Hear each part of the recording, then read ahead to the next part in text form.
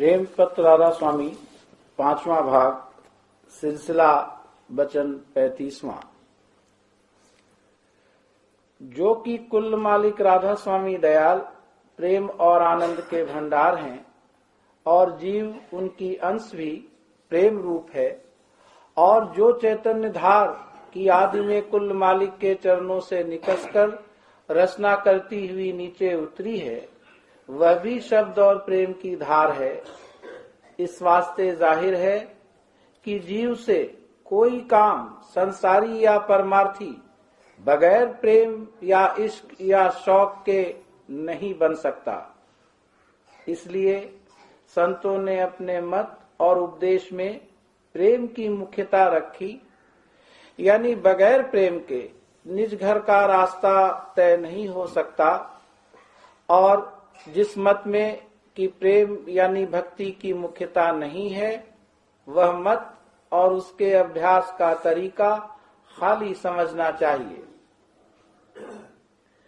जोगी और जोगीश्वरों ने भी उपासना यानी भक्ति की जरूरत वास्ते तय करने रास्ते के बयान की, लेकिन वह उपासना उन्होंने रास्ते के मुकामों के धनी और मालिकों की कायम रखी।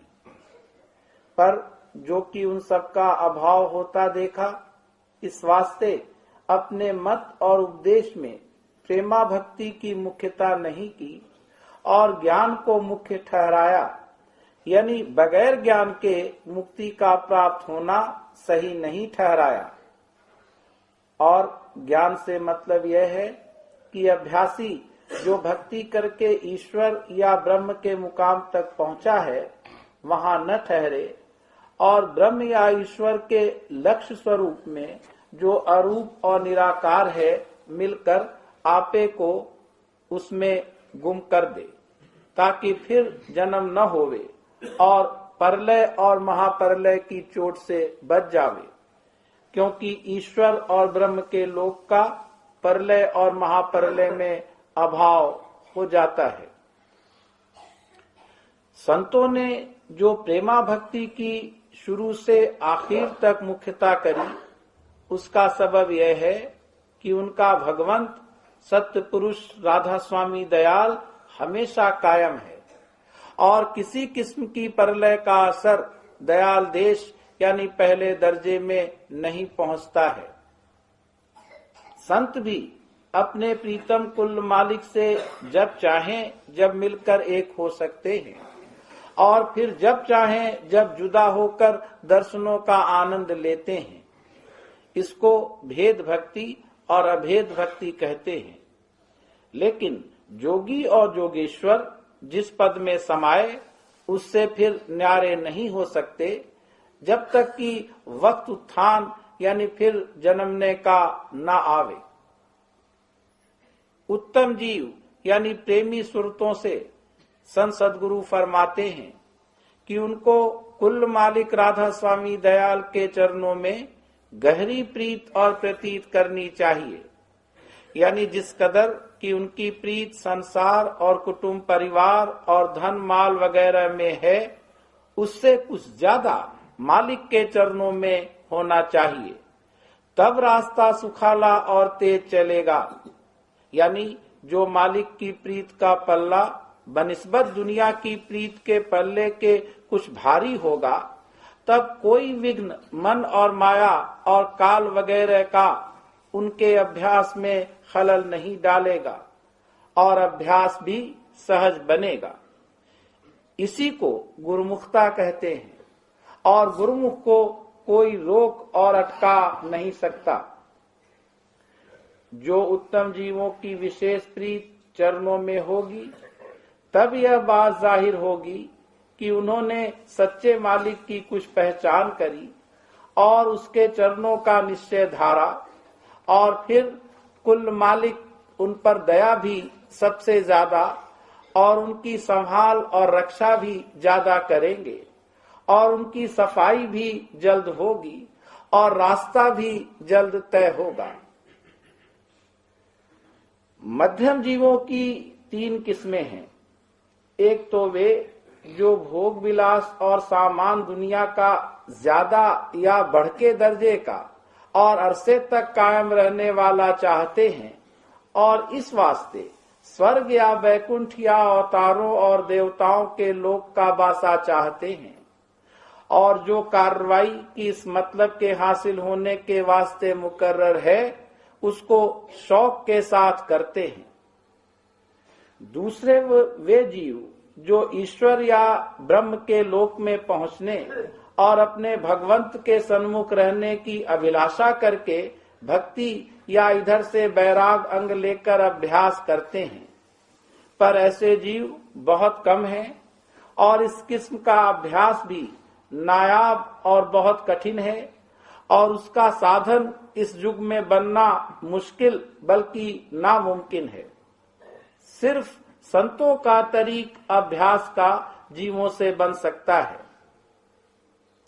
तीसरे वे जीव जो कि ईश्वर और ब्रह्म के स्वरूप और लोक का परलय महापरलय में अभाव देखकर उसके अरूप में समाने का जतन करते हैं, लेकिन वह जतन भी जैसा कि ऊपर कहा गया निहायत कठिन है और इस जमाने में दुरुस्ती से बन नहीं सकता। यह लोग पहले ईश्वर या ब्रह्म की उपासना या भक्ति करके स्वरूप के मुकाम तक पहुंचते हैं और फिर उसके लक्ष्य चैतन्य यानी अरूप में समाते हैं और इसी का नाम ज्ञान है। इन तीनों किस्म के जीवों का पूरा और सच्चा उद्धार नहीं होता, यानी माया के घेर के पार नहीं जाते, क्योंकि इनको सच्चे मालिक और उसके धाम का भेद नहीं मिला और न इनके मन में उसकी प्रीत और प्रतीत आई। यह जीव पिछली टेक और पुराने वक्त की जुक्तियों में बंधे रहते हैं और संत सद्गुरु और उनके उपदेश में इनको भाव बिल्कुल नहीं आता। इनमें से दूसरी और तीसरी किस्म के जीवों से पुरानी करनी इस वक्त में पूरे तौर पर नहीं बन पड़ेगी और इस वास्ते ईश्वर या ब्रह्म पद भी उनको हासिल नहीं होगा जब तक कि संतों की शरण लेकर उनकी जुगत की कमाई नहीं करेंगे। तीसरे दर्जे के यानी निकृष्ट जीवों से कोई परमार्थी कार्रवाई या जतन और जुगत वास्ते प्राप्ति सुख और ऊंचे मुकाम के नहीं बन पड़ेगी, क्योंकि उनके मन में कुल मालिक या ईश्वर और ब्रह्म वगैरह की प्रतीत साधारण होगी और संसार की तरफ से चित्त हटाने की ताकत उनको नहीं है, क्योंकि उसके भोग विलास में वे गहरा सुख मानते हैं और उन्हीं की चाह उठाकर दुनिया में मेहनत और मशक्कत करते हैं। आइंदा का फिक्र करना जरूर नहीं समझते। यह जीव निपट संसारी हैं और संतों के सत्संग के लायक मुतलक नहीं हैं और वे बारंबार दुनिया में अपनी करनी के मुवाफिक जन्म धरते रहेंगे। जो जीव कि कुल मालिक राधा स्वामी दयाल की भक्ति और शरण में आए, वे मालिक के अपनाए हुए और महाप्यारे हैं और दूसरे दर्जे के जीवों पर भी ब्रह्म का खास प्यार है और बाकी जीवों पर आमतौर की दया है। इसी के मुवाफिक रामायण में भी वचन है, भक्ति विहीन बिरंच किन होई, सब जीवन सम प्रिय मम सोई, भक्तिवंत जो नीचहु प्राणी, प्राण से अधिक सो प्रिय मम बानी। खुलासा इस वचन का यह है कि मालिक को भक्ति और दीनता प्यारी है। जो कोई उसके चरणों में सच्ची प्रीत और दीनता लावेगा, वही संत सद्गुरु से मिलकर निज धाम में वासा पावेगा और संत सद्गुरु उसको मौज से आप ही मिल जावेंगे। और सबब ऐसी मौज का यह है कि कुल मालिक आप प्रेम का अथाह भंडार है और जीव जो उसकी अंश है वह भी प्रेम स्वरूप है और जिस धार के वसीले से कि उनका सूत मालिक के चरणों में लगा हुआ है, वह भी चैतन्य और प्रेम की धार है। फिर जो कोई प्रेम अंग लेकर चलेगा वही मालिक के सन्मुख पहुंचेगा। बिना प्रेम के उस रास्ते में गुजर नहीं हो सकता है। देखो, कुल रचना प्रेम से प्रकट हुई और प्रेम ही के आश्रय ठहरी हुई है। और इसी तरह दुनिया में भी कुल जीवों को, बल्कि जानवरों को भी प्रीत और दीनता और सेवा प्यारी है। जो कोई जिसके साथ इस तौर से बर्तावा करता है वह उसका प्यारा हो जाता है और उसकी हर तरह से सहायता और मदद करता है। फिर जो कोई जिस पद की सच्चे मन से भक्ति और सेवा करेगा वह एक दिन उस पद में पहुंचेगा। जो भेदी से उस पद का पता और निशान और रास्ते का भेद और जुगत चलने की दरियाफ्त करके अपने घट में चलना शुरू करेगा।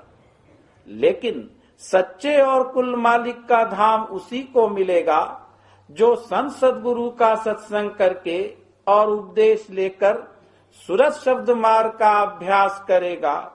यानी शब्द के आश्रय सुरत को अपने घट में निजधाम की तरफ चढ़ावेगा। और मालूम होवे कि घट में रास्ता चाहे किसी स्थान तक का होवे, सिर्फ संतों की जुगत की कमाई से तय होवेगा।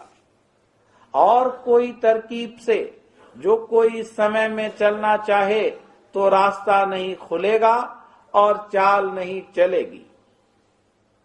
जो कि भक्ति के कायदे हर जगह इकसा हैं, चाहे जिसकी जो कोई करे।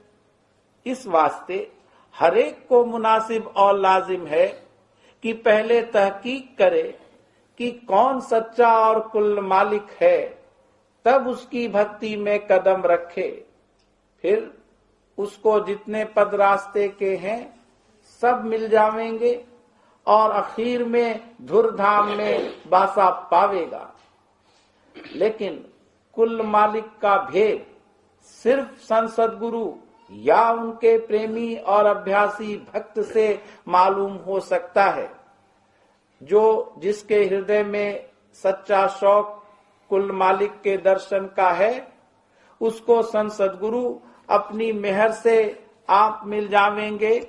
यानी उसका संजोग अपने चरणों में लगावेंगे और उसको उपदेश देकर अपनी दया से एक दिन कुल मालिक के देश में पहुंचावेंगे।